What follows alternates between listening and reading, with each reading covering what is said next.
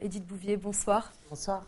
Vous étiez au Liban en mars 2012 dans des circonstances complètement différentes.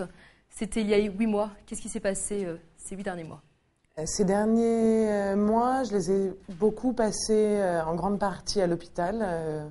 Il a fallu opérer ma jambe et après se reconstruire, réapprendre à vivre. Chaque jour est un nouveau pas. Pourquoi avoir écrit ce livre, Chambre avec vue sur la guerre? Est-ce une forme de thérapie, un hommage aux gens qui vous ont sauvés, une histoire que vous avez voulu raconter, partager? Non, on est parti là-bas parce qu'on est journaliste. Rémi Hochlik, William Daniels, Paul Kotvin, Javier Espinosa et moi, on était journalistes, on est parti couvrir cette guerre, ce quartier assiégé, et on a fait la promesse aux habitants de Baba Amar, dont on a partagé le quotidien, de raconter leur massacre, de raconter les horreurs qu'on avait constatées tous les jours, de raconter le regard terrorisé de ces enfants à l'hôpital, de ces mères qui ne savent plus comment elles vont nourrir ces enfants le soir, de ces hommes qui ne savent plus où trouver l'espoir pour combattre encore. Et donc j'ai fait mon travail de témoignage dans ce livre. Justement, deux de vos confrères, Mary Colvin et Rémi Hochlik, ont été tués dans le bombardement dans lequel vous avez été blessés. Qu'est-ce qui vous passe par la tête quand vous vous dites « ça aurait pu être moi » ? Ça ne nous passe pas par la tête ce genre de choses.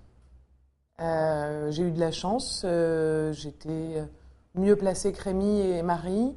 Et j'aurais pu encore ne pas être blessée, j'aurais pu être plus gravement blessée. Avec des scies, on refait toute l'histoire, mais le fait est que voilà, ma jambe était blessée, qu'il a fallu se reconstruire. J'aurais aimé pouvoir les sauver, mais on ne peut rien y faire. Vous êtes parti en Syrie en tant que journaliste, donc pour couvrir un sujet, une histoire. Vous êtes devenu l'histoire. La plupart des médias ont couvert votre calvaire. Comment vous vivez ça en tant que journaliste ? Aujourd'hui, je suis redevenue journaliste et je pense que ce livre est, même si j'y parle beaucoup de moi, c'est aussi un témoignage de l'histoire de ces Syriens, de cette révolution qui est assez peu traitée dans les médias, trop peu traitée à mon avis, et de ce massacre qu'il faut raconter chaque jour.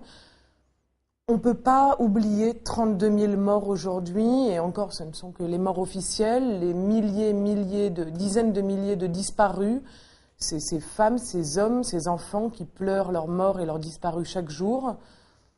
Et non, je fais mon travail en faisant ça. Vous étiez donc dans cet abri de fortune à Baba Amar pendant près de 10 jours. Qu'est-ce qui vous a permis de tenir? Vous ne saviez pas si vous alliez réussir à en sortir vivante. Qu'est-ce qui vous a permis de tenir le coup? Les habitants de Homs se sont assez réputés en Syrie pour leur humour.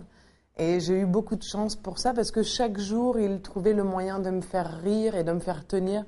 Et puis nous, on a vécu 10 jours d'enfer.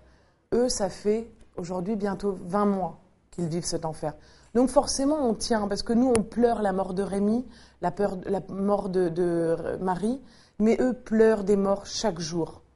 Donc forcément, même si on ne peut pas relativiser la mort de son ami, on essaye d'y croire, on essaye de se battre, et puis chaque jour, ils vont, eux, au front, ils vont au danger pour essayer de nous sauver, et on leur doit ce respect-là d'y croire et de se battre.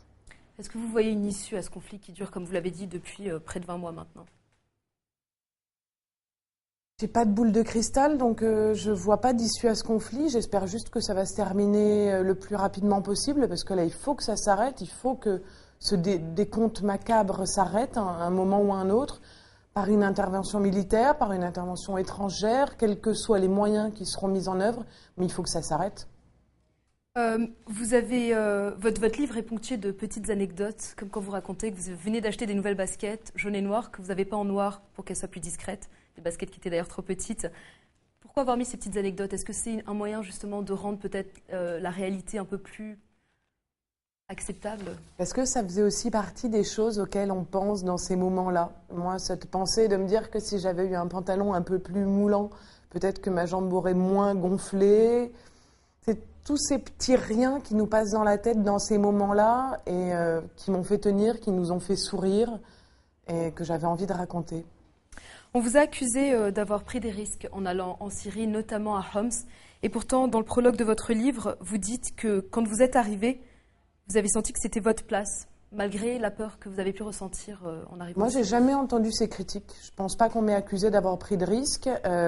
Jean-Pierre Perrin, Marie Colvin. Jean-Pierre Perrin est grand reporter à Libération, c'est connu dans le monde arabe.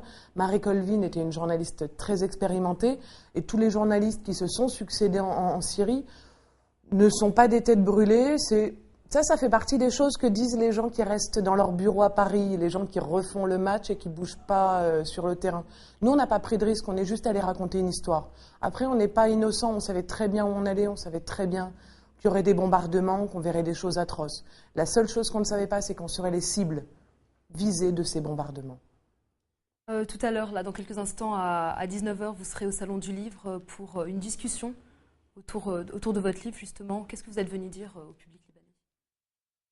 Je suis plus venue écouter, en fait, la parole des Libanais ici qui vivent ce conflit à leur porte et venue entendre ce qu'ils en disent, ce qu'ils en pensent, ce qu'ils en vivent chaque jour. Moi, je vis avec, par Skype, les Syriens chaque jour, mais je ne l'ai pas avec cette proximité.